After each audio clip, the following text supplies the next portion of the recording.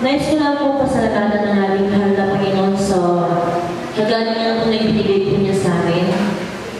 Kasi last Saturday po yan dyan po na pag-isip ko po ng umaga, sobrang bigat po ng katawan ko, ng pakiramdam ko, ang sakit po ng katawan ko. Actually, nandiyan po ako nung Sunday, kaso pagdating po namin, umakyat po agad sa itaas. Bumaba na lang po ako nang umuwi na po kami dahil sobrang sakit po talaga ng pakiramdam ko. So, ilang days po yun talagang wala po akong ganang kumain. Talagang trinangkaso po ako. Tapos nilalagnan po ako. Hindi po bumababa yung lagnan ko. Nagpapasalamat po ako sa ating mahal na Panginoon dahil nandiyan po yung patuloy na kalakasan po binibigay niya. Ilang days po yun, tapos sumabay naman po si Sir Sam po ng Wednesday ng gabi. Bigla din po siya nilagnan. So, nandiyan po dalawa po kami may sakit. Noong Webes po noon, sabi ko sa aking mahal na Panginoon, nandiyan po nakaupo po ako, binabantayan po si Sam, na nagpipray po ako sa aking mahal na Panginoon, na sabi ko po, Lord, kung may managawa po ako na hindi ko man po sinasadya, patawarin niyo po ako. Sana po bigyan niyo po kami ng kagalingan. Pagalingin niyo po kami. Lalo na po, paano ko po asusuin sa isang pati po ako may sakit din po. Kaya, dumalangin po ako sa ating mahal na Panginoon na bigyan niyo po ako ng kagalingan kaming dalawa ni Sam. So habang Webes po ng hapon, nagpasounds po ako ng mga worship song, yung mga video po dito sa church. So habang nagpapasounds po ako, sinasabayan ko po yung mga kanta. So, salamat po sa ating mahal na Panginoon kasi nung mga oras po na yun talagang iba po yung naramdaman ko na una po talagang nilalabot pa po talaga ako. Naglalabot pa po ako.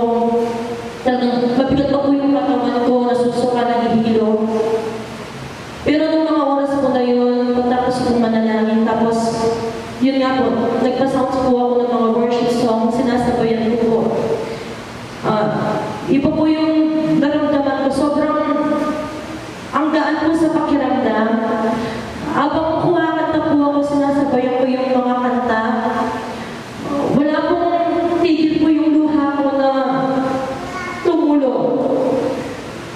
Napakasarap po sa pakiramdam. Hindi ko po ma-explain basta iba po. Iba po yung kagalakan na naramdaman ko ng mga oras na yun. Pinaalala din po ng ating mahal na Panginoon ng mga oras na yun yung kung paano po yung unang pag-ibig ko po sa ating mahal na Panginoon na nandiyan po nandun po yung unang pag-ibig po natin sa ating mahal na Panginoon na ano mo po problema yung dumana sa atin, ano mo po kapag subukan, wala lang po sa atin dahil alam po natin na kasama po natin yung ating mahal na Panginoon na kahit naman po na wala po ako pakialam, kahit hindi po ako pumasok sa trabaho, kahit alisin po nila ako sa trabaho, wala po akong pakialam, basta inuuna ko po lagi yung gawain po ng ating mahal na Panginoon.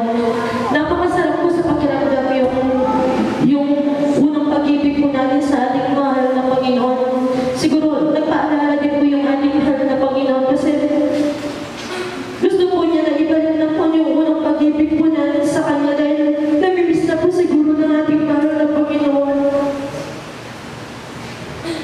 Kaya nagpapasalamat po ako sa ating mahal na Panginoon sa kagalingan po niya ng mga oras na yun. Pagtapos po nun, talagang okay na po yung pakiramdam ko. Naging malakas na po ako nun.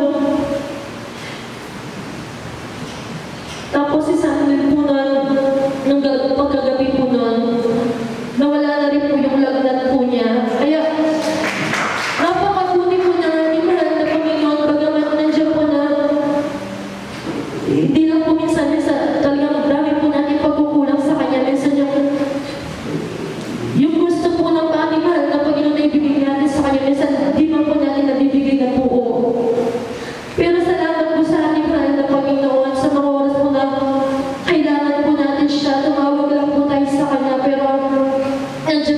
kamay po ng ating mahal na